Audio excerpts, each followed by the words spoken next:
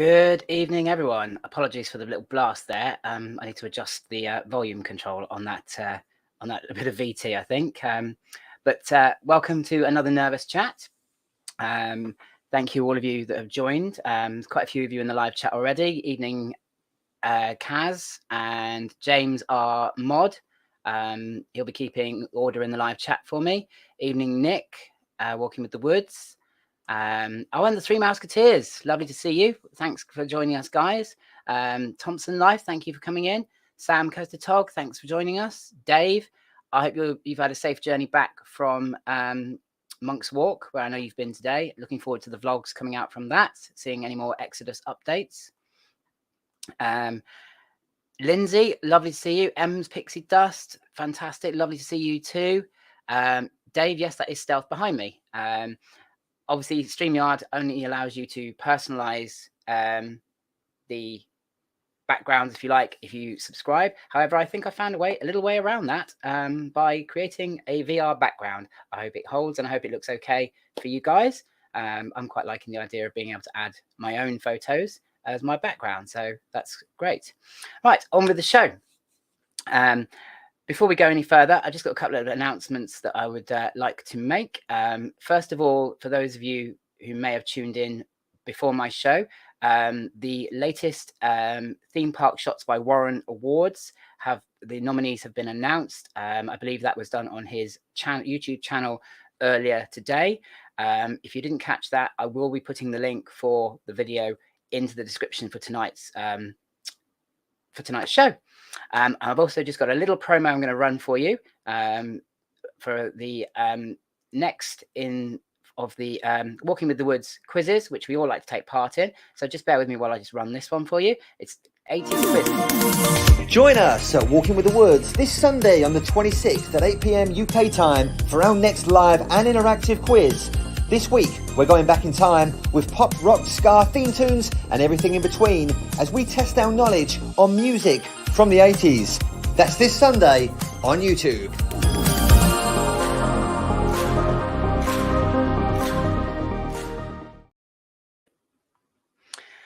So there we go. Yes, the next Walking with the Woods quiz is on Sunday night.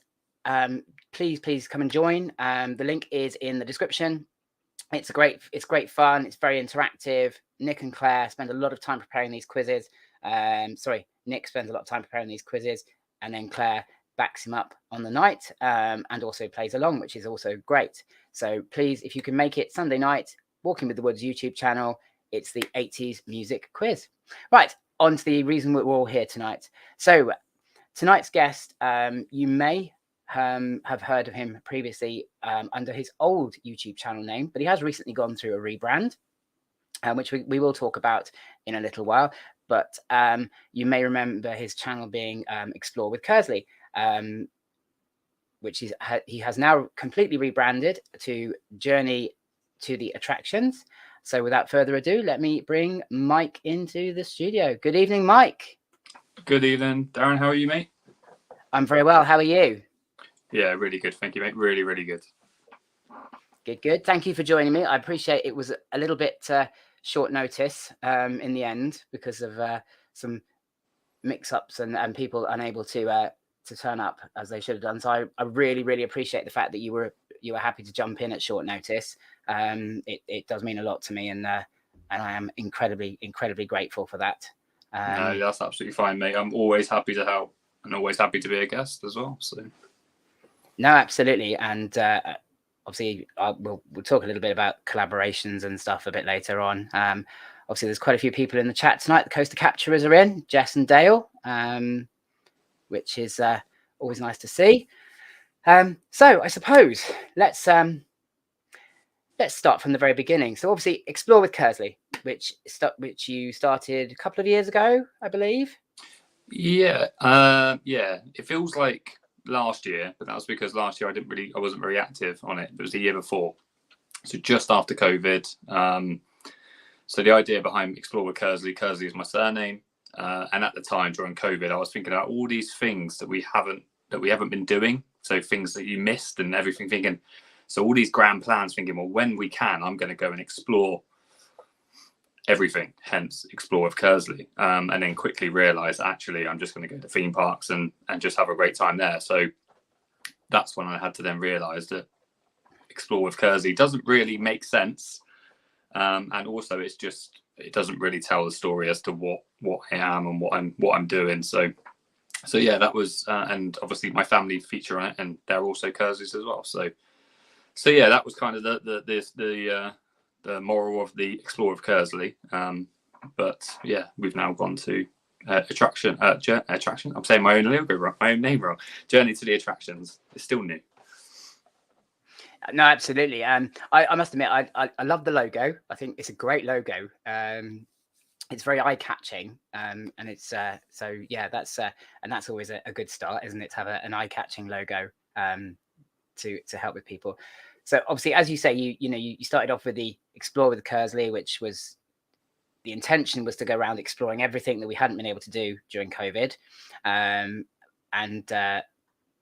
obviously what I noticed from watching your vlogs is that you quite like setting yourself challenges while you're out and about at parks, especially parks that you're familiar with, and I know that you're a frequent visitor to Thorpe Park, for example, which also happens to be my home park as well. So how did the challenges come about? What made you think of setting these challenges for yourself? So I think that was my initial plan was the challenges, because I enjoy being creative. There's people that are way better at informing of updates and everything else, and so I knew I was never going to be that person. And so I sort of said to myself, well, what can I do? And being creative is what I enjoy doing. I enjoy being creative, but also enjoy going to theme parks. So it was just thinking of different ways of kind of making a day in the park exciting. Because before I used to vlog, I used to go to theme parks still regularly, and I always found myself doing the same things over and over, doing the same rides, eating the same food, and just doing that set pattern because you're going so often. So it was like, how do I mix that up? How do I get out of that and do things differently? So I sort of sat there and I thought of all these. I had 100 different ideas, and it was like, how do I do this? And I kind of didn't really have a plan. I just went off and did it, and before you know it, I sort of thought about the £20 challenge and the randomizer challenge. And then what I've now done is I've now spent the off season to actually think of a more structure to the challenges, and just kind of making that my kind of niche of what I do. Because I'm not the most informative. I don't keep up with updates, because there's people that are amazing at that. And I follow them and watch them for that. And I would never try and emulate that. But actually, if I can go out there and do something a little bit different, and encourage other people to do the same, then that's what I'm going to do. So yeah, absolutely. I mean, I can empathize with you about the whole updates thing. I was looking at doing one well, as recently as last week. It was still a possibility that I was going to make an update. And what I find is that by the time I've got round to making an update, or even sitting down to think about making one, there's about 10 more updates come out, and I'm always behind, and I'm always chasing my tail because I can't spend enough time sat at the computer, because obviously I've got family and I've got work, and and so I was kind of like, I'm going to scrap the idea, because as you rightly say, there are people out there who are far better at it than I am, and I'll stick to what I do best, which is nervous chat, and the vlogs I do, and the bits and pieces of videos that I do, as and when I sort of do them with things, as they come up, sort of thing. But as far as actual construction updates and stuff's concerned, there are so many people out there, as you say, who are so much better at it. I was only watching earlier on today, I'm sure you probably have taken it in as well, Theme Park Insanity Joe's Blackpool and the Intamin new train update, and I just thought, wow, he's on the ball. There's no way I can compete with anything like that, so I'm not going to. That's not me. I'm not a technically minded person, as you said. I can just about name a manufacturer. I can name some elements of rides.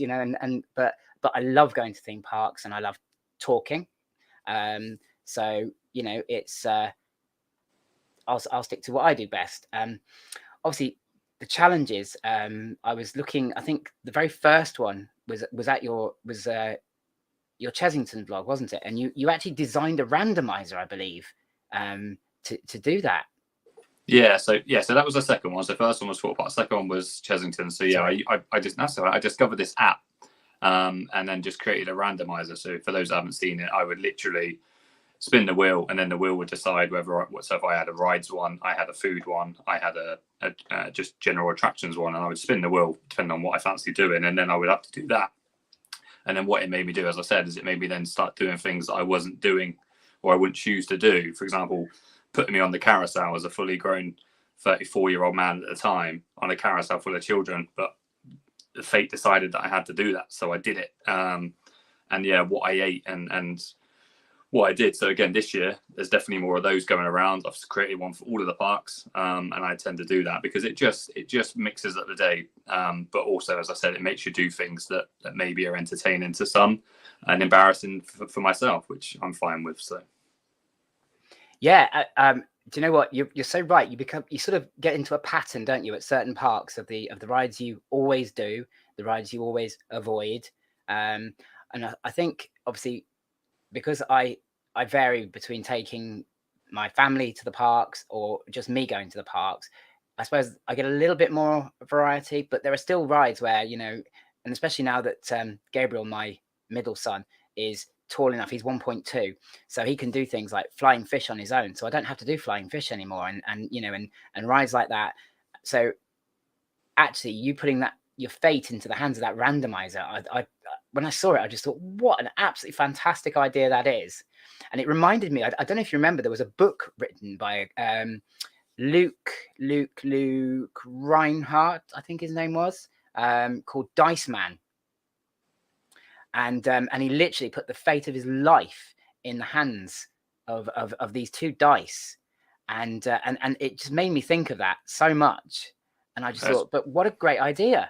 It's funny you say that, because one of the challenges for this year is a dice. A dice will decide my fate. Not quite literally, but it will decide my theme park day. So as much as we've got the randomizer wheel, we're actually going to have a dice that I've got that I can quite literally write on what different things each time. So I can put on there, for example, ride the nearest ride, eat the nearest food, go to the furthest ride from where and just change it completely. So I can be in the park thinking, okay, what do I want to put on this dice now? And then it's just a big foam dice. So I've got one of those as well. So I said, there's lots and lots of challenges on paper at the moment that I'm hoping to put into practice this year for sure. That I mean, yeah. As I said, the one I really enjoyed, and obviously the randomizer was great, but when you did your £20 challenge at Thorpe Park, I mean, that the thought that had gone into that was obviously, you know, apparent. You know, it was obvious how much thought you'd had to put into that. The way you valued each coaster. If you haven't seen it, please go back and watch Mike's very first vlog. It was the £20 Thorpe Park challenge, and it's absolutely brilliant, where he's basically valued every coaster, and he's got 20 quid to spend on rides, and I absolutely I just thought, do you know what, I want to do that. So maybe if you and I can have a day at Thorpe Park at some point, I'd love to do that with you and see if we agreed on how we'd spend our money. Absolutely, because what's great about it, and like I said, if people haven't watched it, the reason, please ignore the cringiness of my first ever vlog, because I watched it back this morning just to refresh my memory, and it was pretty awkward to watch. But as a concept, again, it was just something that I thought, well, I'm going to the park. I didn't know how good obviously I hadn't vlogged before, so I didn't know how well it was going to go. So I kind of thought, well, if I can stay off camera and just do a quick video, worst case scenario, and yeah, just ranking the rides. And then obviously every day that you go back, for example, when I went, frustratingly, it was really, really quiet. So rides were 5-10 minute queue times, but I only had this £20 to spend. So I said to myself, that's I can only do.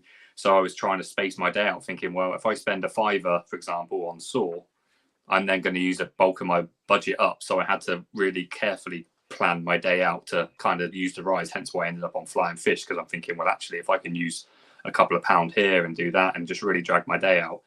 But I almost got put off by it, because a lot of people kind of, when I first did it, there was a few comments saying, why did you waste your time doing this? And I was just like, well, to me, it wasn't wasting my time. To me, it was fun. I enjoyed doing it, and it just made me again think differently about the parks that I go in. Because Fort Park, same as you, I'm there way too often, and I end up, I just end up doing, like I said, I do the same first ride, the same second ride, or I leave there having done all the same rides. Whereas with this, I don't go to the Flying Fish normally. It's not something it's not top of my list, but actually I had to think about how I was going to plan my day. And like I said, if you do watch it, please just ignore the fact that every time someone walks near me, my voice just drops down and gets quieter and quieter. And someone someone looks at me and I'm a bit cautious. And the amount of outtakes I took doing that as well for my first time, it was, yeah. But anyone that said we'd definitely do that, because like I said, it just gets you thinking differently, and anyone wants it. It's on my Instagram, so it's posted. I think it's one of the first things I post on Instagram. Literally a table of the costings and stuff. So yeah, head to that and have a look. It's on there. Yeah, that's brilliant. And as I said, I'd definitely be up for doing that with you one day, to see whether there'd be a difference of opinions, and see if we ended up on that. What do they call it now? Star Striker, lumber jump, as we all know it. I remember I was there.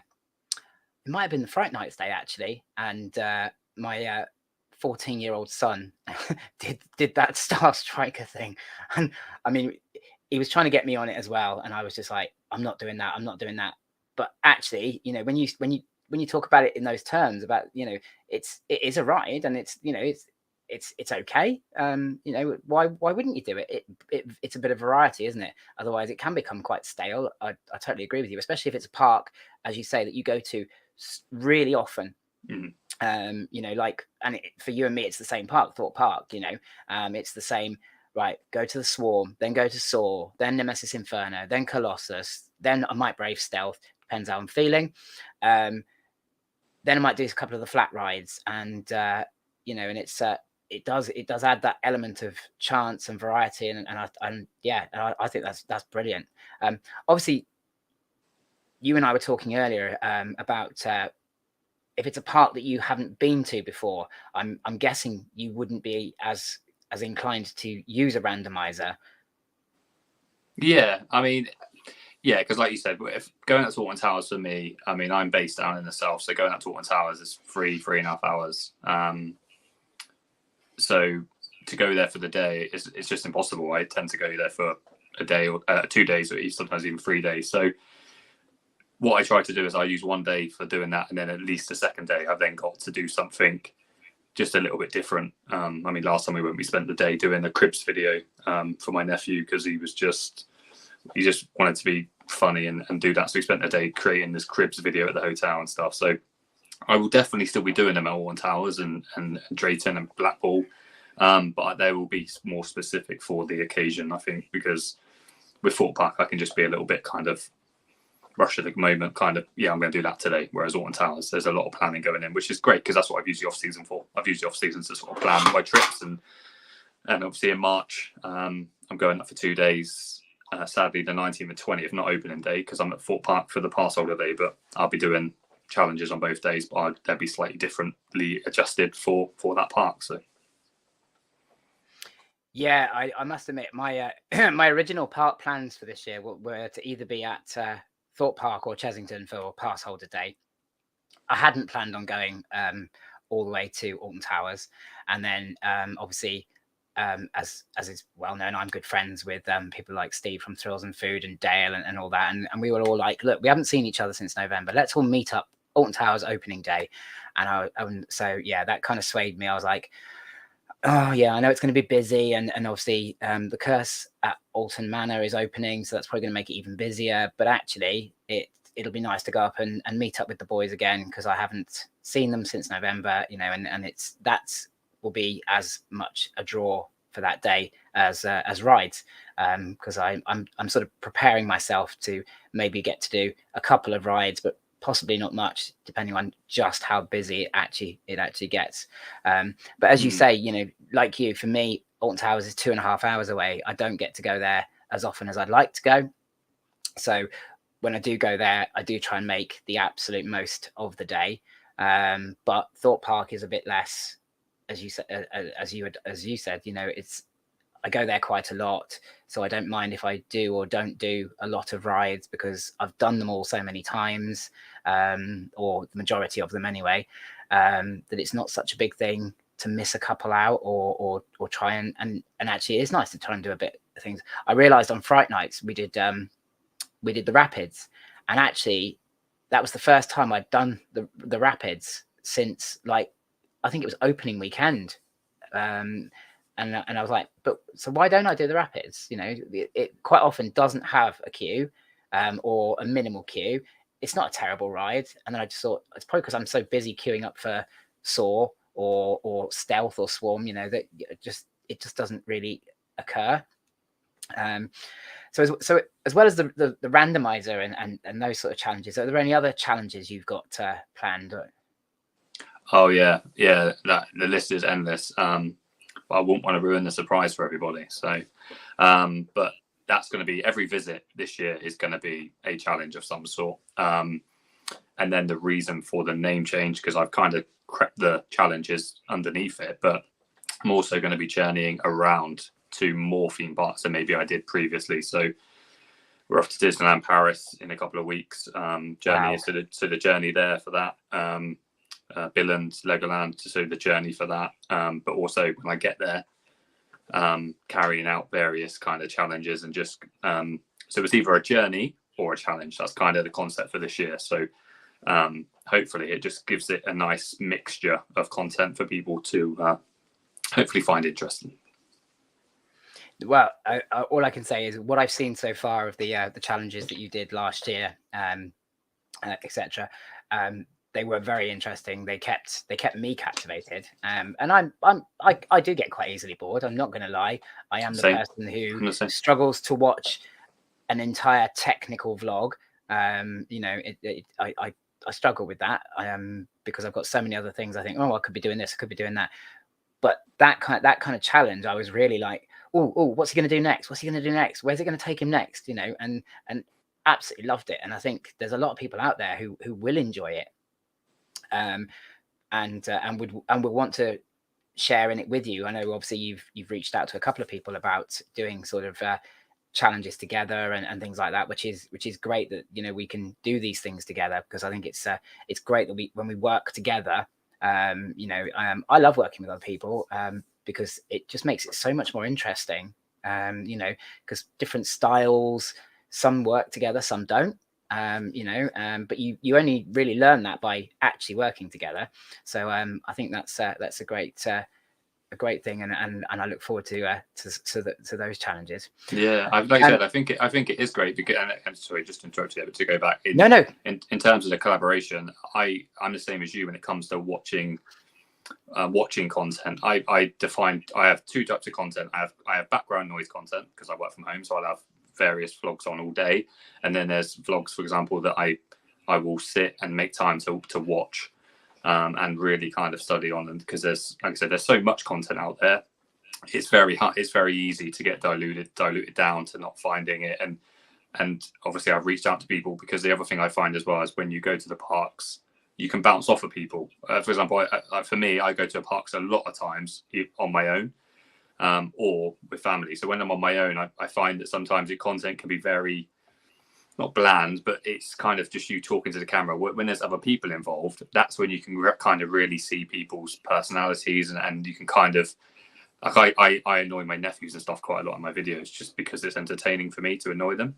It's part of the privilege of being an uncle, is I can be cool but also annoying at the same time. So I enjoy that, but that's what I like with it when you've got people, because my family, we enjoy going to theme parks, but nowhere near the level that I do. So it's nice to have sort of like-minded people. And I've said the content that I've created is for myself, but also to share with people, that when we go to a park together, there's two videos that will work coincided together, that will give two lots of content creating the same thing. As the challenge there, as you said, you doing yours, I'm doing mine. I've created that for us to share. And that's what I'm trying to reach out to people and say, let's hang out in the park. You don't have to, I don't even have to spend time with me. I'll give you a plan and you can do this, and we can create content together, or I'll film you, you film me, kind of thing. And there's just loads of different pluses to being in part with other people. So Yeah, absolutely. I mean, I must admit, my best vlogs are the ones where I've got TJ with me, which is my oldest son, who sadly doesn't live with me.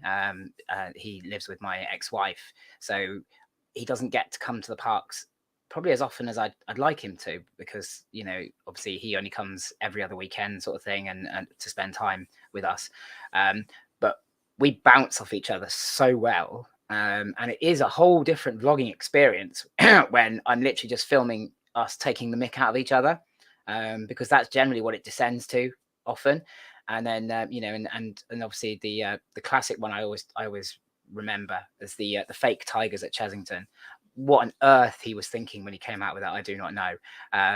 But it was brilliant. It was vlogging comedy gold, and I love obviously having that rapport with him, and as you say, and having it with other vloggers as well. When I'm out with like James Coaster Chicken or Dale or Sam, you bounce off each other, don't you? And and there's a different energy, and it doesn't drain you as much, because the focus isn't totally on you. You sort of use each other, and yeah, and I think I do totally get that. Well, yeah, there's a lot of off-camera time, isn't there, when you're creating a vlog, that obviously people don't, if they're watching you, they don't see, or if they've never done it, don't appreciate that there is a lot of time when you're stood in a queue. You're not vlogging, you're not talking, you're just in a queue, and you could be in that queue for an hour, and that's when it's, as you said, it becomes a bit draining, because you're thinking, I could be having a conversation now or talking, and as a society, we don't tend to, like, strangers don't seem to interact very much when you're in a queue. It's very much kind of like, leave me alone. So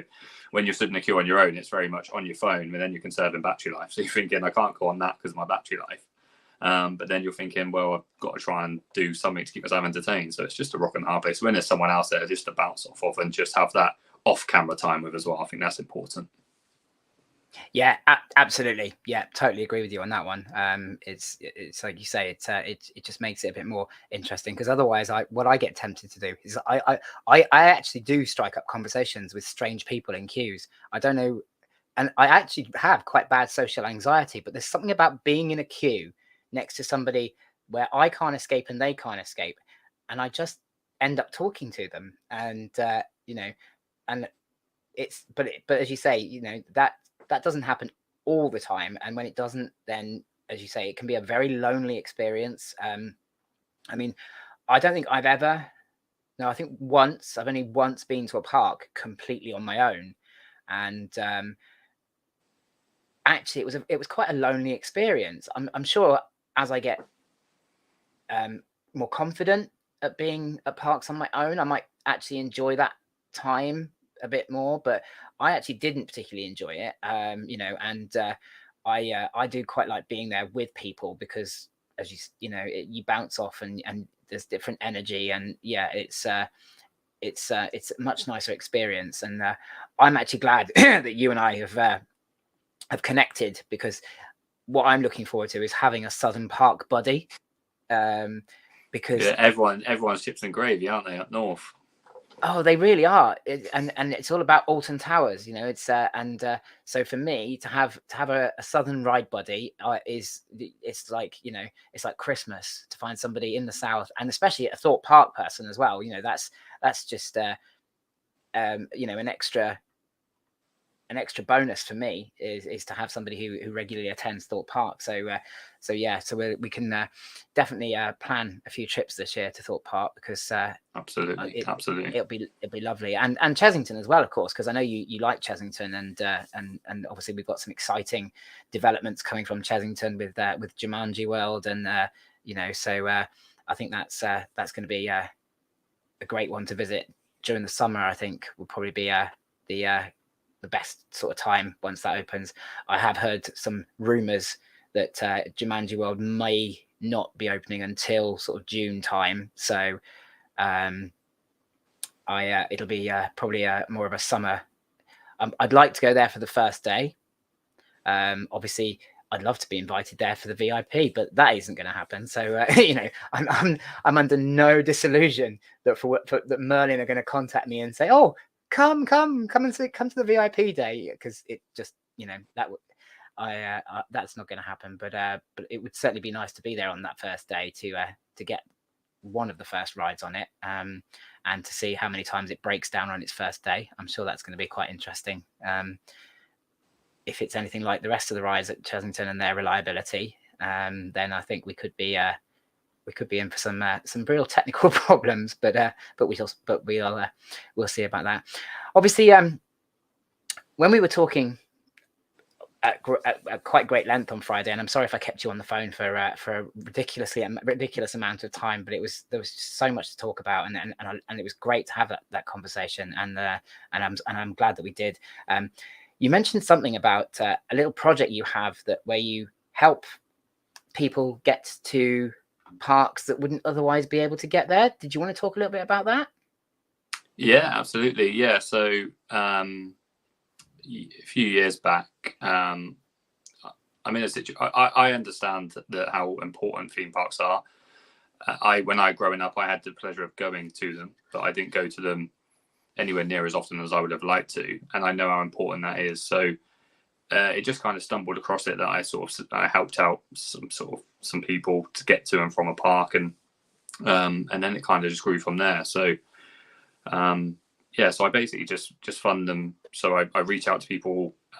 It's very complex. I'm going to try and summarize it down slightly, just because there is a lot of moving parts to it. But to summarize, I pretty much will pay for if I know that there's a genuine person or family in need that needs to go on a day out or would like to go to a theme park, then I'll do what I can to make that happen. So I've been lucky enough to help a number of families get to and from theme parks, and I'm working on more for this year to enable them to get that, and that's all self-funded. I don't do it. I don't publicize it, and obviously I'm glad you've asked, because it just raises awareness that some people aren't as lucky as maybe some of us are, and if we can do that little bit extra to help them, then we definitely should. So like I said, I've got memories attached to theme parks, good memories, bad memories, but no one should go without in my eyes. And if I'm lucky enough to be in a situation now where I can do that, then absolutely I will. And I'm trying to use the platform that I've now got. The problem is to use a platform, it then becomes public knowledge. And obviously what I've done today, it's been kind of under the radar and just behind the scenes. So, but actually the following on Instagram's growing, and there's more people that I've now got access to. So of course I'm reaching out to people, still keeping it local here, but also then reaching out a little bit further. There's a couple of projects this year that I'm getting some people suffering from mental health. I'm not going to name any names, obviously, but we've worked together, and I know how important it is for him and his family to have a day out. So providing tickets and travel to the park, completely off my own back, just to give back, basically. I just want to give back. Just like to give back. So when you obviously first told me about that, I'm not going to lie, I felt a bit tearful about it, because I just thought, wow, that's absolutely fantastic. This, and as you say, it's gone completely under the radar, because if you hadn't mentioned it to me, I wouldn't have been aware of it. It's absolutely fantastic that you are doing that and giving back to the community, but not just the theme park community, just the community as a whole, the world, if you like. And I just was like, this is absolutely amazing. And the fact that you've done it for so long on your own, if there is any way that I can help you through this media platform, then please let me know. And if there's anything else, anyway, anybody can help, because I'm quite sure you're going to get people now either messaging me or yourself directly, asking if they can help. And I think that's great that they can do that, and hopefully it will help you be able to help more people, because I know that was something that you mentioned to me earlier, is that you'd like to broaden it and be able to help more people, which is absolutely fantastic. But I just think, as I said, for me, it was the fact that you kept so quiet about it. It's didn't want any thanks for it. You've just gone out and done this, and I wish there was somebody like you, as I said to you earlier on today, that was around like that when I was a kid, because I'm from a very poor background. We didn't do much in the holidays. We rarely went anywhere. Theme parks were an absolute, that's what the rich kids did. so to have had somebody who was able to help like that is just absolutely phenomenal, and I can't praise you enough for it, and as I'm sure most people will be the same. It's just absolutely phenomenal. So thank you and well done for that, because it is brilliant. No, thank you. And like I said, like I said, we were talking. Like you said, we covered so many topics, and we obviously just brought it up, and like I said, there's an element of there's obviously it's complex needs for people. Some people are embarrassed by it. Some people are happily grateful for it, and some people are super emotional, and obviously there's also an element of caution with it. So because obviously I'm literally reaching out to strangers or reaching out to people because I've heard of certain stories and things like that. So like I said, I've just kind of done it under the radar, and I've never expected any recognition for it. And that's why I've never shown any of it. I've been to parks with people as well. I've never shown it on camera because they've asked me to join them, or they've asked me to go along with it, or and then I've gone to the park, and then I've kind of made the day. I've sort of bought the lunches and stuff like that. So I've always tried to do basically as much as I can, and just reading the comments there, it's making me emotional, because I said I've done it for so long under the radar, and for people to now sort of say the nice words that I'm reading there, and obviously the nice words you just said, it makes it worthwhile, but it still doesn't change the goal. The goal is to, as you say, help people that maybe aren't as I'm not saying I'm privileged. I'm not sitting here. I'm not saying I'm a rich person by any means, but I've got spare money, and I'd rather use that where I can, and things like we've got the share the fun vouchers and stuff with our Merlin passes and things like that. So there's lots of ways that if anyone's ever looking at doing the same, the list gets pretty long. But obviously I can help as many as I can. So yeah, my inbox is always open for everybody. And I know I put a post up recently just sharing that with people, and just reaching out to more people saying, just let me know if there's anything we can do, because that's what I said. I generally just want to help where I can. So that's for creators and for people that, like I said, are unable to go to these amazing places and make these amazing memories. Yeah, I mean, I certainly know that. I don't know whether you know. Obviously, I suffer with mental health myself, depression and anxiety, and I know the winter is really hard for me, because obviously the content sort of dries up a little bit, and the contact with other creators dries up a little bit. And even before I became a creator, just that not having the trips to the parks was really, really difficult. Theme parks are my escape. It's where I go for my adrenaline rush, but it also helps. It's probably the best medication for my depression. I know that if I go to a theme park when I'm having a downer, I will be feeling so much better afterwards, and it's better than any antidepressant. So the fact that you're opening that up to people who would otherwise not get to do it, is as I say, it's absolutely fantastic, and I really hope that it continues to be successful. And as I say, if there's any way through awareness, etc., that I can help you, then please let me know. And as I say, I'm sure other people are feeling exactly the same way, with regards to wanting to help in some way or another, whether it's raising awareness or what. If anybody does want to do that, I just want to say, can you please contact Mike, because obviously it's his thing. So anybody, if you do contact me, I will just pass it on to Mike, because it's all with him. And so yeah, if anybody is interested, then please contact Mike directly, or I will pass you on, because it is important that we do these things. And it's as I say, I can't praise you enough. I can't, and I don't want to reduce you to tears. So I'm not going to labor on the point any longer, because I can hear the emotion in your voice, and that's special. That tells me how much it means to you, and I can only imagine how much it means to the people that you help. So, that's fantastic. Yeah, I recently shared. I don't know. Obviously, I like I said, I've got emotion wise. Yeah, I heart in the sleeve. But what a theme park can do to you, and I've kind of posted something recently that was an outtake originally, from just having that special moment in those theme parks and spending it with people that maybe aren't around anymore, and doing these things. Like I said, I was lucky enough to go to theme parks when I was a bit younger, and went to Vampire at Chesington. And 15 years later, I went back on the ride, and I quite literally rewound time and was back sat there as like a 7-year-old boy.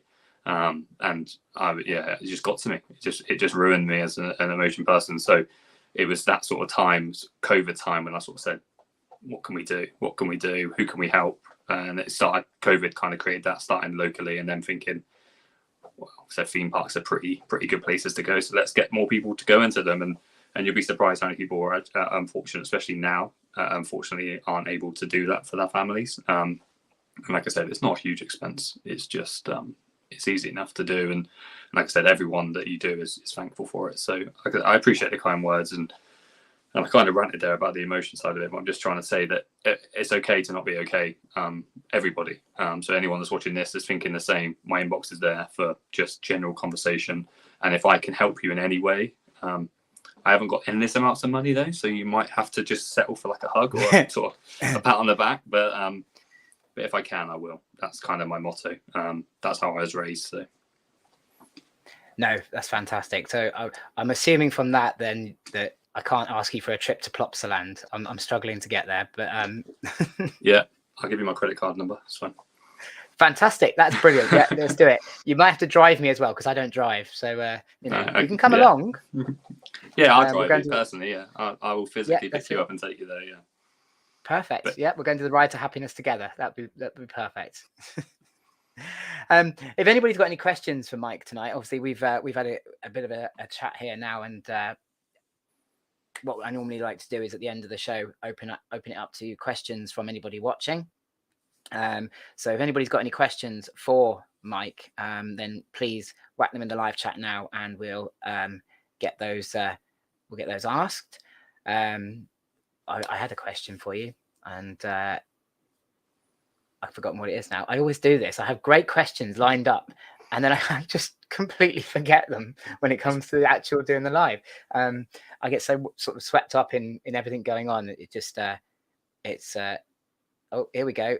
Sam wants to know who would win in a fight between the Incredible Fella and Ron. Who are they? Am I missing something there? Incredible Fella and Ron. I think it's Marvel related. But yeah, it's I don't know. Sam asks these obscure questions sometimes. I noticed earlier that he was taking the mickey out of us for being Thorpe Park friends. I did see that. I didn't go under Sam. No, I sort of, I didn't highlight it, but I was like, oh yeah, here we go. Yeah. Although he did come all the way, well, I say he came all the way down to do Thorpe Park. He was down doing his regular work, and we had a great day at Fright Nights at Thorpe Park. So he's not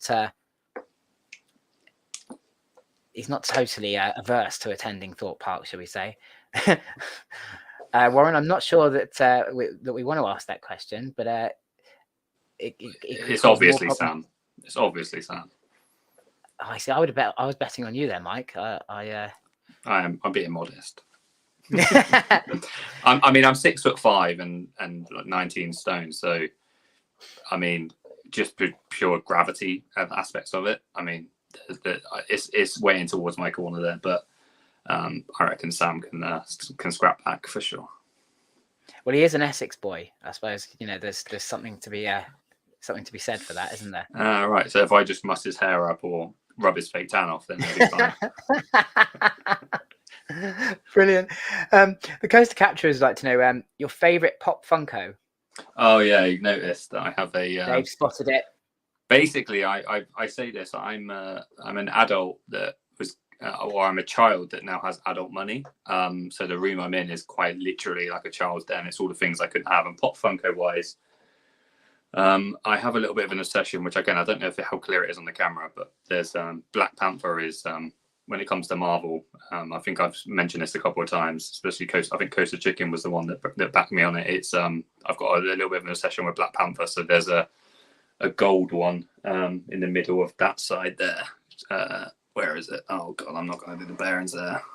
Somewhere there basically. But yeah, they're just childish toys. But I have Trolls up there. Harry Potter. I'm obsessed with Harry Potter as well. But But yeah, Awesome. Marvel for me is all the way. That's all of that whole section is Marvel on that side. So I do enjoy those. But thanks for noticing, Dale. Do you know what? I think a lot of us are children with adult money. Everybody's got a collection of some description. Mine's obviously Harry Potter Lego. When we were talking the other day, I said to you, I've worked out roughly the retail value of my collection and was quite shocked at how much money I've spent on this Lego. So I think we're all in the same boat if we're honest about it. I just think that you're probably more honest than most people about the way that actually goes. It's the way to be. I mean, like I said, it's I've got, as we said, I've got Lego quite literally around the entire room.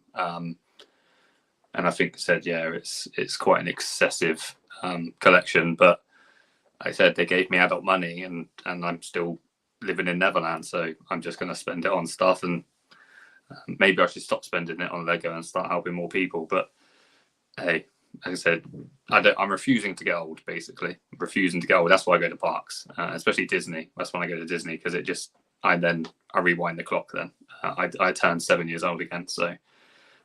If you do spend a day in the park with me, I'm quite immature sometimes. Hopefully not maliciously, but I'm there. So I just have fun. Just have fun while you can. Absolutely. No, I totally agree with that. I must admit, when I first started vlogging and stuff, my kids were very much but Dad, you're like 44. Why would you be running around doing all this YouTube and all that? And I was like, because I enjoy it and it makes me feel younger. And and you're right, being at parks and doing all that stuff, it does wind the years back. It really does. So I'm like, nah. That might be the number that I am legally, but there's no way that I'm at that maturity level. I'm when I'm in the parks, I'm back to being 20 something, running around, and it's lovely. It's escapism, isn't it? We can be that person we want to be and feel the age we want to feel, and it is great to be able to do that. Now I know, talking about Black Panther, obviously one of the pictures that you sent me for the thumbnail was of you and Black Panther, and you said something about a story behind that. So going off of theme parks, Marvel wise, it's really random. So like I said, when that movie came out, it just kind of hit me in many different ways. My nephews growing up and stuff, and what they've had to go through, and racism was at its height, and things like this, and it just kind of sat with me as a character. It meant more to me than the movie did. So I made the decision that because I love superheroes and I love Black Panther, that I was going to get Black Panther tattooed on me. So I have loads of tattoos, but on my leg I've now got a Black Panther tattoo. But the day that I had it booked in was the day that sadly Chadwick Boseman, who plays Black Panther, passed away. So the day I had my tattoo booked, so I got my tattoo on the day that he passed away. But to kind of reiterate my obsession and my fact that I have adult money, I have something that I'm just going to go and get. So give me 2 secs, and this just shows you how immature. This shows how immature I am.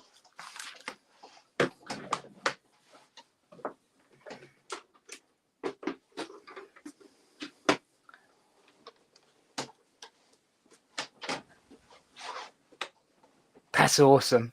I love it. Yeah. So this shows how immature I am. I can spend this kind of money on stuff like this, and why not? Why not? We all work hard for our money. It's important that we treat ourselves occasionally. So I think that's very important, as much as helping and treating others. It is important to treat yourself as well. So that's quite a story behind that tattoo, though. The coincidence there is just unbelievable, isn't it? Really, that should happen on the day that you were planning to have the tattoo done.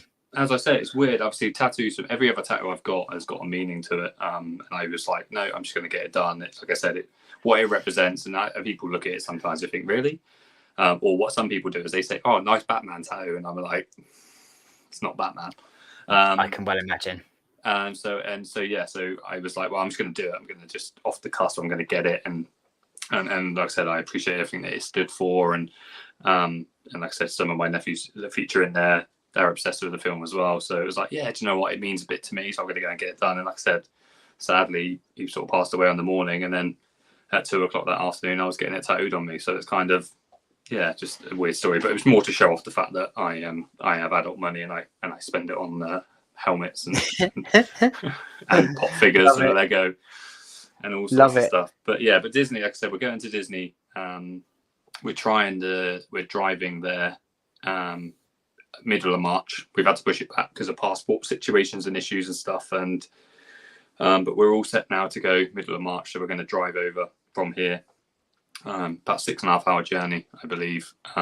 Which we'll document that, and obviously then we're literally in the park for 2 days and then driving back again. So it's like a flying visit, but yeah, a park that obviously I've got to go to Marvel Land. Excuse me, I need to go to Marvel Land, and I can't go to California.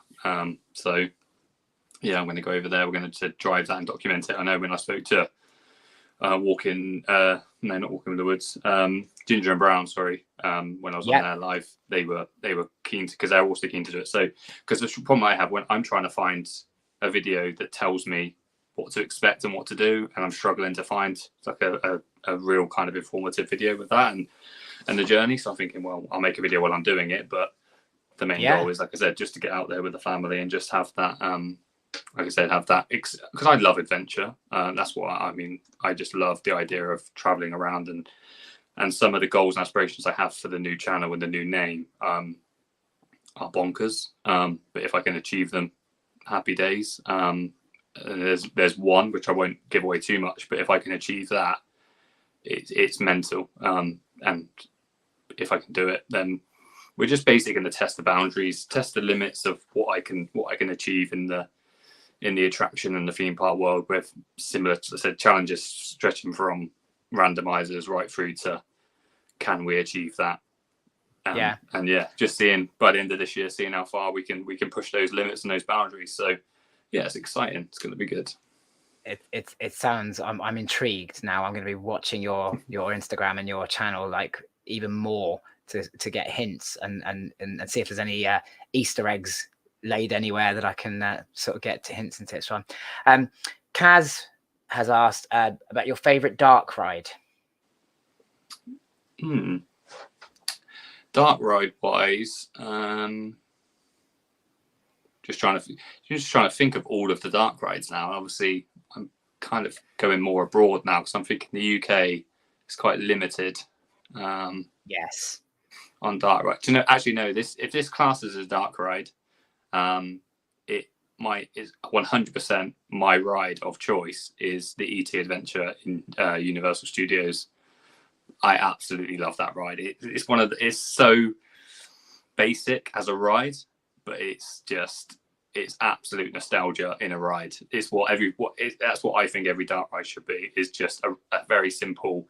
I don't know if you've been on it, but you basically board like a bicycle style seat. Okay, yeah. And then ET's in the basket in front of you, and there's sheets over his head, so that's the movie. So you then start cycling off the platform, and you cycle through the woods, and you jump over like a police car, and there's animatronics, sort of really out of date animatronics, kind of replicating the movie. And then all of a sudden, you start sort of going up the hill, and you start taking off, and then you go over the hill, and then there's just like a mini village designed so that you're meant to feel like you're flying over, and then you fly past the moon, which obviously in the movie when they're on the bike and they fly past the moon, and then you go into his planet, and you kind of save the day there. And I just absolutely love it. We ride it, I mean, double figures every time we go to Orlando. We're riding that ride double figures. So yeah, it's ET's Adventure. Nice. I've not done it, but I can understand the draw of that. Having grown up with ET and having had probably a slightly unhealthy crush on Drew Barrymore as well, in her older life, I can definitely see why that would be a good one to do. Yeah, it's the original day, so it's the opening day ride. So it's the only surviving Steven Spielberg. When they opened the park, there was a lot of Steven Spielberg influence in Universal. Yes. Since then, he's kind of he's kind of been taken away, but he's battled for ET and said that basically ET's going nowhere. And even when they tried to say we're getting rid of it, Steven Spielberg said, no, you can take my Jaws. And I know they got Jurassic Park, but we're talking like original rides and original movies. He was like, you're not taking my ET away from me, and I'm so thankful for that. So that's cool. Rob from the Thompson Life would like to know what your favorite coaster and favorite theme park are. So the favorite coaster that I have done would probably have to be Mako at SeaWorld, just for the airtime on that. I've only ridden it once though, so I know I'm controversial when I say things, but I remember the feeling when I rode that thinking this is awesome. And obviously stuff in the UK I've done so often, whereas that I was only able to ride it once, and I really, really enjoyed that that concept. And then park wise, again, controversially, I think I'm attacked. As you can tell, I use a lot of emotion in my answers, but Legoland for me, I was lucky enough to be, without going into too much story time, I was lucky enough to be there on opening day when it physically opened, Legoland. Wow. Because of a competition that we won as when I was younger. My balloon that filled with helium went from Reading to Edinburgh, so it travelled, I don't know what that is, 400 or 500 miles, and then so I won 4 tickets to opening day of Legoland. So I was lucky enough to be there for opening day, and I just love that park. It's not the most thrilling by any means, but I just love being in that park. I think it's such a well themed, lovely park, and obviously I'm obsessed with Lego as well, so that helps. But I think as a park, it's just lovely to be in. Which I know it's controversial, but yeah. No, I must admit it's not the greatest park for me, but I think that's because I come at it from the thrill aspect. If I'm coming at it from a theming aspect and a family day out aspect, it is a great park. I agree. And obviously there's exciting news about dueling boomerang coasters for Legoland as well. So I think their offer is going to be improved significantly with that, and so I'm looking forward to seeing that again, and giving Legoland another chance to wow me, if you like. Another question from Rob: your preferred films, the original Jurassic Park or the recent ones? The original one, as in the first one. Then the second and third, absolutely not. And then I do like the first Jurassic World, and I think from a film version, I think obviously the graphics and CGI is much better, and that's one thing I like in movies. But yeah, the first Jurassic Park, I mean, I'm sort of repping it behind me there. It's absolutely love that movie. Yeah, it's one of my favorites, definitely in top 5. Lindsay, the Coaster Hen, would like to know, what house are you? I think she means Harry Potter, Hogwarts. Yeah, house says a lot about people. I'm Slytherin, self-chosen Slytherin as well. Someone wanted to put me in Gryffindor, and I said absolutely not. I'm way too naughty and way too cheeky to be a Gryffindor. Put me in Slytherin, and yeah, the rest is history. That's quite interesting. You should say that, because I'm a self-chosen Slytherin member as well. We know, don't we? We know deep down. We wouldn't cut it in Gryffindor. We're not good enough. We're not well behaved enough to be in there. I definitely no. Too mischievous, and and I think if given the opportunity, I can create quite a lot of mischief. And we'll leave it there without saying too much. I think if I was in class and someone said to me, "It's Leviosa, not Leviosa," I would probably have put a spell on them. I think the spell would have been a slap, personally. Well, Avada Kedavra, maybe. I mean, go all out. Yeah. Well, yeah, absolutely. Or the Cruciatus, yeah, maybe until she apologized. Avada Kedavra was a bit harsh for someone doing that, but yeah, that was. I'm definitely Slytherin, absolutely. Coaster Captures would like to know your favorite movie, all-time favorite movie. So controversial. This is such a loaded question, because there's so many good movies. I mean, I don't know how many people loved the new Avatar, but I thought it was just beautiful to watch. I thought it was amazingly made, incredible. But yeah, it's for me, it's probably an 80s movie. So Back to the Future is definitely up there.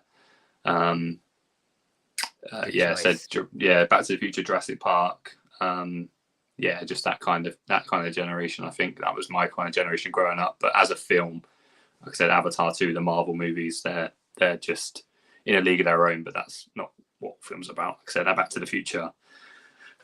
So good, so good. It's good, great soundtrack, great storyline. I mean, it's slightly weird when you describe the movie in terms of like, oh yeah, so it's a guy who goes back to the future or goes to the past to have his mum hit on him, which then kind of erases him. So then he has to go back to the future. It's like, but to watch, it's just great to watch. Really, really good. You know, when you say that about it, and it's true, when you say about he goes into the past and his mum hits on him, it just sounds like that's a top shelf movie, doesn't it? It's so weird, isn't it?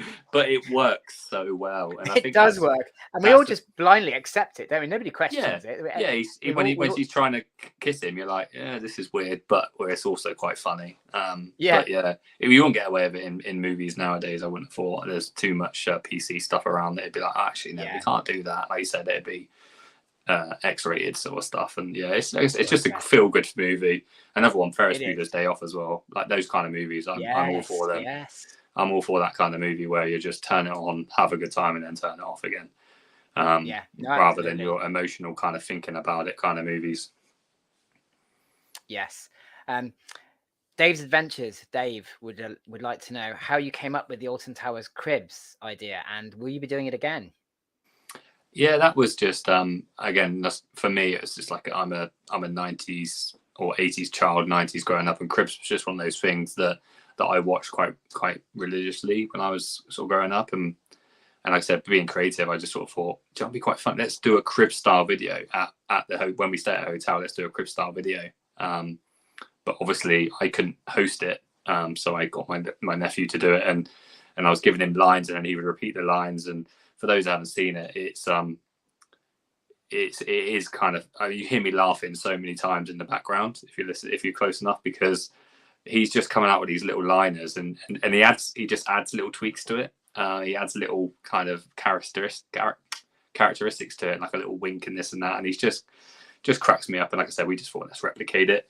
And yeah, we thought, well, Alton Towers, you never know, they might see it and think, that's funny. We're getting back to do that again. But yeah, I think we're definitely going to do it when we stay at other hotels, because for us, it's and I'm going back to my videos with the Explore Kersey sort of title. They're all my family that you see in those videos. They're all me trying to, again, as much as I'm trying to make memories for strangers, I'm also taking my nephew for his first time, my other nephew to Legoland, and he's coming to us for Disneyland Paris. So if I'm taking my family everywhere I go, just to give them that experience as well. So yeah, it's the Cribs video, if you haven't seen it, it's a short one, and if you've watched Cribs as a program, you'll completely get it, and it makes sense. If you haven't, it's probably a little bit weird. But yeah, he's, like I said, he's a character for sure.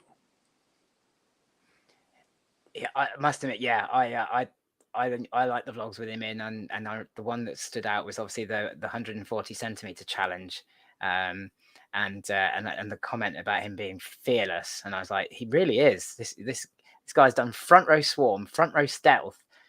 Front row swarm. I love front row swarm. I've still not yet braved front row stealth. I'm working my way up to it, slowly but surely.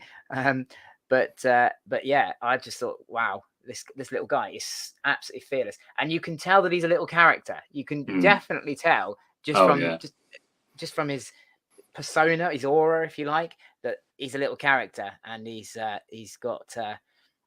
He loves being on camera, and he's got charisma. He's, like I said, he's I mean, what is he now? I've got like 11 nephews and nieces, so I'd lose count of how old they are, but I think he's about, let's just say, 11. Wow. And he's quite short for his age, so he's 140 centimeters. So we quite literally went the day. To be fair, we actually put socks in his shoes on that day, because we were still sure that we weren't sure if he was 140. So we queued for Vortex, got him a wristband, took the socks out of his shoes, and then we cracked on with the day. And we got really lucky with the front row, because obviously we couldn't choose front row at that point. We were just being allocated rows, and we got allocated the row for that.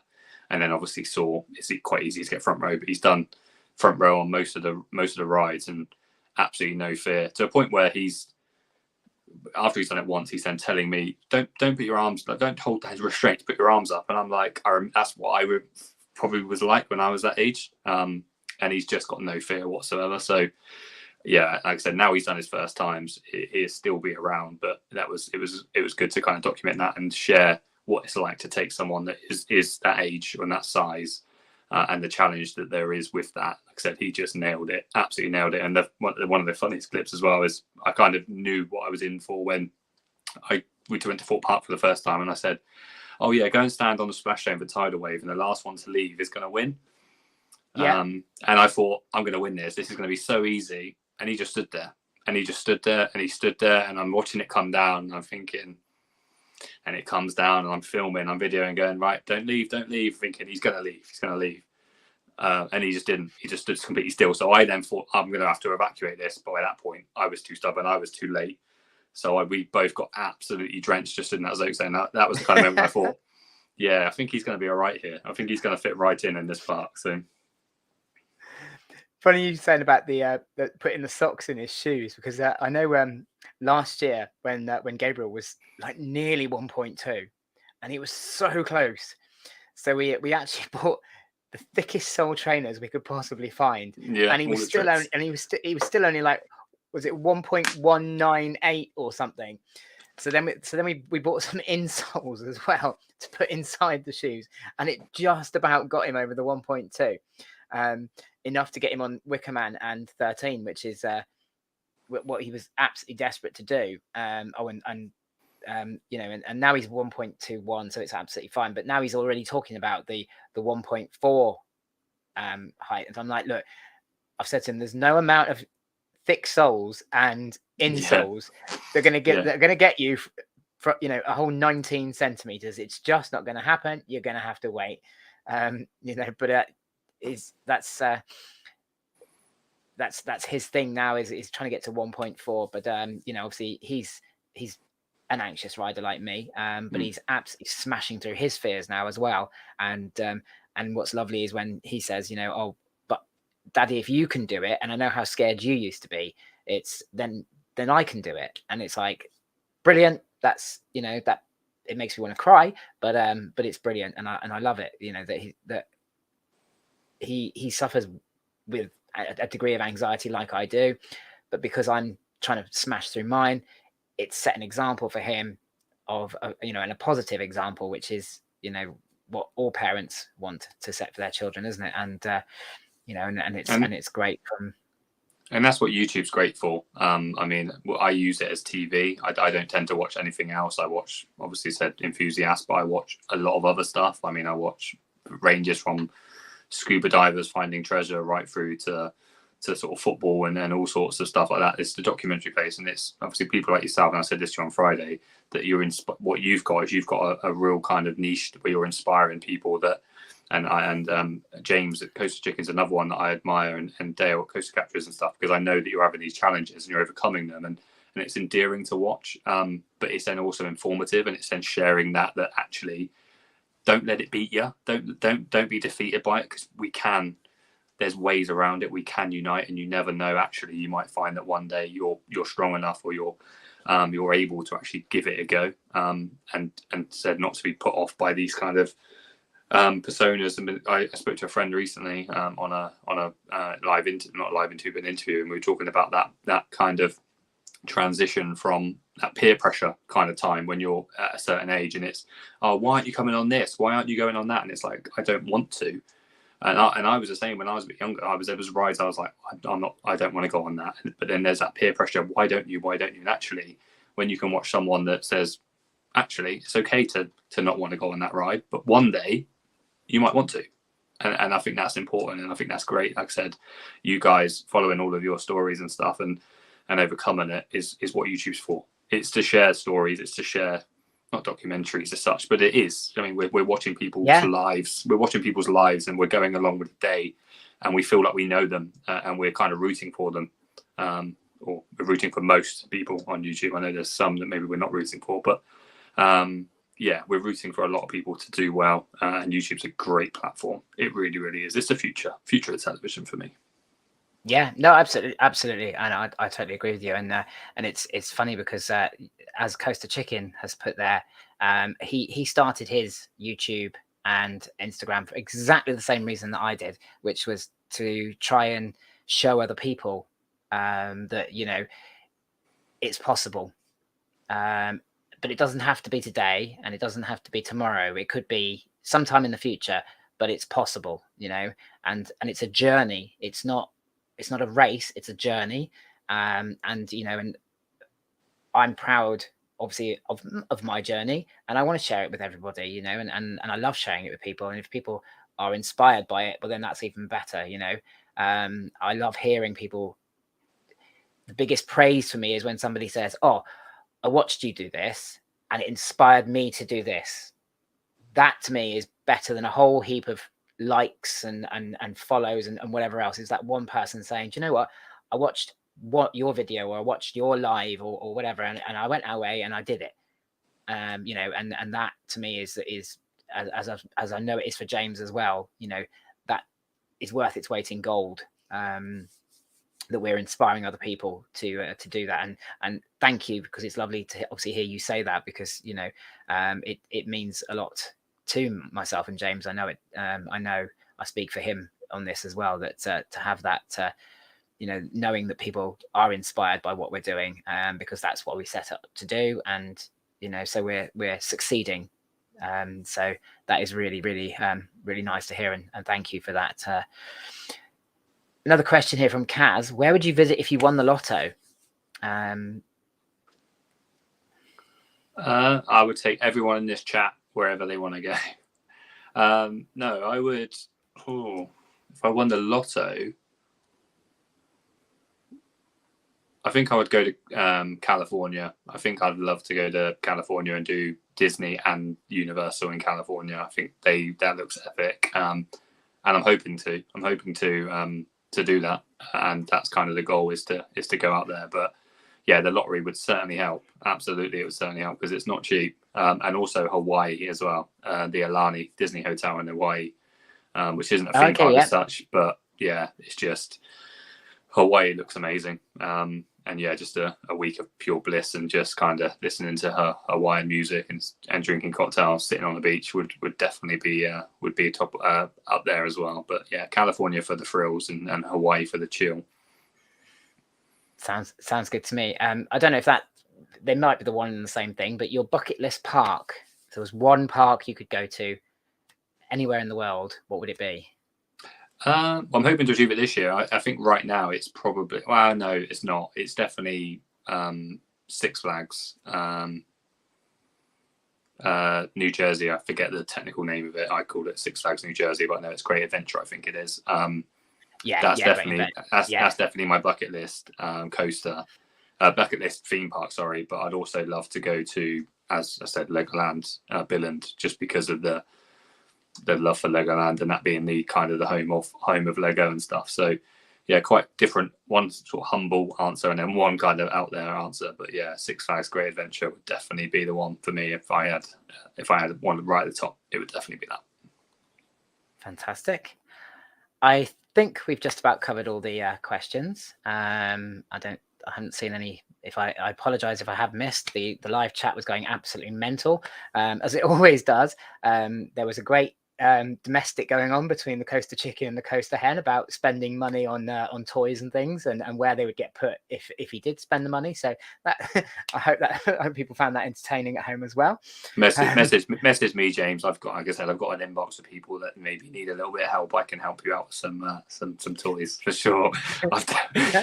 Because if it's donated, it doesn't count, does it? That's the thing. If I've given it to James, and James is allowed all the toys in the world, right? So yeah. That's the answer. Let's get all the toys, everyone. I'm not letting anyone that wants to stay young. We're all for that. Absolutely. Let's get all the toys. Like I said, 35, and I've got Funko Pops as my background. So no, absolutely. You're only as old as you feel, and as I said, YouTube has rejuvenated me, actually, and theme parks, because I was cruising towards middle age and sort of starting to accept that I was getting older, and you know, and there was certain expectations of the way you behave when you're that sort of age. And now I go to theme parks and I can be crazy again, and I can be young again, and yeah, and I feel rejuvenated by theme parks, and as I say, and by YouTube. You know, it's great. Nice. And it's nice that we've got an older generation as well, which, like I said, when I think you covered this earlier, when I did it, it was kind of that reservation being like, am I going to be kind of the old guy on YouTube kind of thing? And it's like, actually, A, I don't care, and B, it's just, again, showing people that no matter how old you are, just get out there and do it. And then thirdly, it's a hobby for me. It gives me a chance to A, go to a theme park, and then B, give me time editing, looking at stuff, doing research, planning trips, booking trips, doing all that stuff. It's like, it is almost like a job sometimes. It feels like almost part-time to borderline full-time sometimes, when you're having to plan this, to know if I've got to do this many trips and that much editing. And I'm super kind of with my editing, I'm annoyingly like a perfectionist. I'm not saying my videos are perfect by any means, but in my eyes, if there's something slightly wrong, I'm like, I just can't do that. And I can't go back and re-record it because obviously you've left the park. So it's like, it just gives you that kind of stuff to do when you're the bored moments. I mean, I think as a middle-aged man, there's a lot of bored time. And I just fill that up with, like I said, editing or creating or thinking of ideas or suggesting ideas, and messaging and annoying a lot of people in this chat just because I'm like, do you want to do this? Let's do that. Because I just think of something and I think, do you know what, that would be perfect for this person, or I'd love to meet that person because I've had that interaction with, and that's one thing I am lacking. And I've been quite honest with people when I spoke to them, as I'm lacking that kind of mutual person within the industry, because like I said, I've done a lot of family and a lot of stuff on my own, and been quite reserved when it comes to that sort of stuff. So this year I'm definitely looking to get on people's radars and hang out with people that, like I said, seem like genuinely nice people, which I didn't expect, if I'm honest. And I'm so pleasantly surprised that there's a lot of people in this community that, and I know we've pushed it recently, there's a lot of positive, and there's a lot of people, like I said, I'm just genuinely want to hang out with and just share the love of theme parks. And if we can make a challenge, or we can do this, or I can help in any way, like I said, I don't like to be bored. So if you ever think, oh, Mike, can you do this thumbnail? Can you do that? Like, my inbox is always open. I would never say no to anybody, because, like I said, I hate being bored. So I can totally empathize with that, because I know for me, depression creeps in when I'm bored. That's when it'll get me. So I like to be busy, because it means then that I've got to focus, and when I'm focused, it's harder for it to get me. So yeah, I totally get the being bored and having things to do. But obviously, you and I spoke the other day about the technical things that you can do and stuff, and I was like, oh, I may well be in touch then. Don't worry, I'll make sure you're not bored. I'm sure there's stuff that I'd be happy to pass over and get you to help out with, and obviously, hopefully, I can now become one of those park buddies for you, and because I'm all about reaching out to people and hopefully you can connect with some other people, because there are, as you say, there are some absolutely amazing people in this community. I've met my 4 best friends, I think, in my entire life. I've met through filming roller coasters, and I didn't come here for that. I didn't expect that, and here we are, and it's fantastic. And and obviously I very much hope that you and I can become great friends, because as I said to you before, having a Southern Park buddy is priceless. We are so in the minority that when you find one, you kind of have to grab them with both hands and go, right, that's it. So basically, you're saying I'm one of. So you're basically, I need Mike, because Mike's the only choice, is what you're saying, isn't it? That's what you're saying, Darren. I'm not saying that at all. No, Mike, I'm not saying that. Be my friend, because you don't put gravy on your chips. That's what you're saying. I heard it. But no, it is weird how many. Like I said, I'm referencing that because I was one of the lives the other day when people are talking about food and stuff, and I was thinking, I've realised how northern a lot of these people are, and I love going up north. Like I said, I'm a Man United fan, which probably lose me followers, but so yeah, I'm the most southern Manchester United fan there is. So like listening to like Dale's voice, for example, and stuff, I'm like, it just takes me back. I love being up there. I absolutely love it, but I also love going to Thorpe Park, which is not around the corner, but sort of 90 minutes from me as opposed to 3 hours. So yeah, we're definitely, like I said, it's a bonus to obviously meeting up, is that we've got that, and we've got that mutual love of theme parks, and like I said, anyone's around, I'm all for being in parks. Whether they come to Thorpe Park, I'll do my best to host. If I'm coming up to Alton Towers, I will be messaging around and seeing who's about, and yeah, just kind of said using this year as a sort of stepping stone into the new name, the journey to the attractions, and heading around and seeing who I can meet and what stories and memories we can make. Yeah, no, absolutely. And I look forward to it, and hopefully you make it to Thorpe Park on the 26th, because obviously absolutely love to meet you face to face. It's I'm really looking forward to that, because having spoken to you a couple of times now, and you seem like such a lovely guy, and then obviously that's just backed up with all the incredible things that you do for other people. So I'm very excited to meet up, and as I said, hopefully we can become friends. And I'll have a Southern Park buddy, which will be lovely. And so will you. And so that'd be and we'll get the challenges sorted as well, and get you absolutely. Get you testing your boundaries, and as I said, testing my own as well. It's that's what's great for these challenges. They will, no matter what way you are, whether you're the biggest thrill seeker or scared of certain things. I mean, I classify myself in the biggest thrill seeker, but if I randomize wheel and it tells me to go on detonator, my heart will start to go, because I despise the detonator in terms of being up high and being sat there. So which is weird. Like I said, there's people, I mean, I know, for example, you're happy going on that ride and you don't find it an issue, whereas for me, if I go on that, it's like, oh, this is not fun. So the randomizer, if it tells me I'm going on it, then we're going on it. So that's why it's good to push you out of those zones. So no, absolutely, yeah, it is very good to do that, and as you say, and the challenges and the randomizer gives you that opportunity. So yeah, I very much look forward to partaking in some of those challenges with you. Right, well, we've been chatting for nearly an hour and a half now, so I apologize if I've kept you for a lot longer than you anticipated. It's me doing the talking. It's me keeping you. I don't know about that. And no, believe you me, I'll chat all night if it if people are willing to talk, I'll talk. Ask my wife, I don't shut up. She loves me doing this, because it means like she gets a night where she can her ears get a bit of a rest.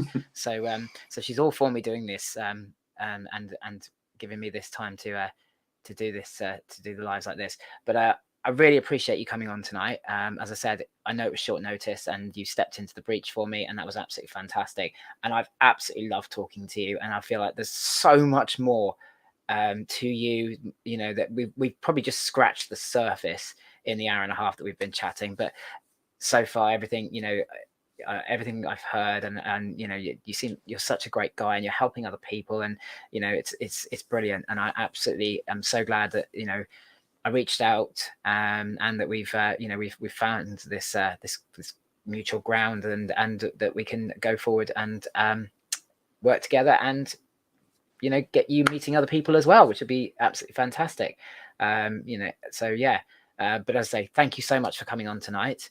Thank you, and thanks to everyone that's I have to apologize. I've not really read the comments, but I would definitely be the first one I'll do when I get off, is going back there. And like I said, I did see James mention something about messaging me, and I'm trying to squint to read them, but I'm on my phone. So like I said, my inbox is open, and I appreciate everyone's kind words, and anyone that's got any questions about what I'm doing, or the help I'm giving, then, or questions they think of after this, and please, just as I said, it's quite literally always open. I'm on my phone way too much, so I appreciate everyone being here and watching this, and hopefully, like I said, we can all have a fantastic season, because I know where everyone is buzzing to get back and to do their own thing, and to start going. So yeah, I wish everyone the best for 2023, and let's see if our paths cross, then happy days. Fantastic. Cool. All right, well, as I say, thank you very much for coming in tonight. I shall let you go and enjoy the rest of your evening, and I look forward to speaking to you. I've no doubt we'll speak very soon, because I've got lots of things to talk to you about and sort and all sorts now, and I'm buzzing with ideas and ideas for challenges as well, so that you know, might be of interest to you. So that would be great that we can share that now and all of that. But tonight, so for tonight, I'm going to say good night, and as I say, enjoy the rest of your evening, and I'll speak to you very soon. Thank you. See ya. Cheers, Darren. See you later. No worries. Bye. And there we go, guys. Mike from Journey to the Attractions. What an absolutely amazing guy. Absolutely love talking to Mike tonight. It's been a real pleasure, and such a lovely guy, and so selfless, you know, with what he does to help others, and you know, and asks nothing in return, which is, you know, absolutely fantastic. Next week on the show, we have got Amelia from Skyline Coasters, who's coming in to talk to us about her photography, and also a bit about mental health as well, and her own battles with anxiety, and I say, and mental health in general. So quite looking forward to that one. So please tune in next week, same time, 8 p.m. on a Monday. If you're watching this as a recording, thank you very much for watching. If you're, as always, if you're subscribed already, thank you very much for subscribing. If you're not subscribed, please consider subscribing. But if nothing else, and you've just fancied joining on a Monday night at 8 o'clock to see what guests are in, then please come and join us. Your comments are always welcome. Everybody's welcome here. It's a very inclusive space, I hope, for everybody. And on that note, I'm going to say good night. Thank you all for watching, as I said again, and I'll see you next week. Good night for now.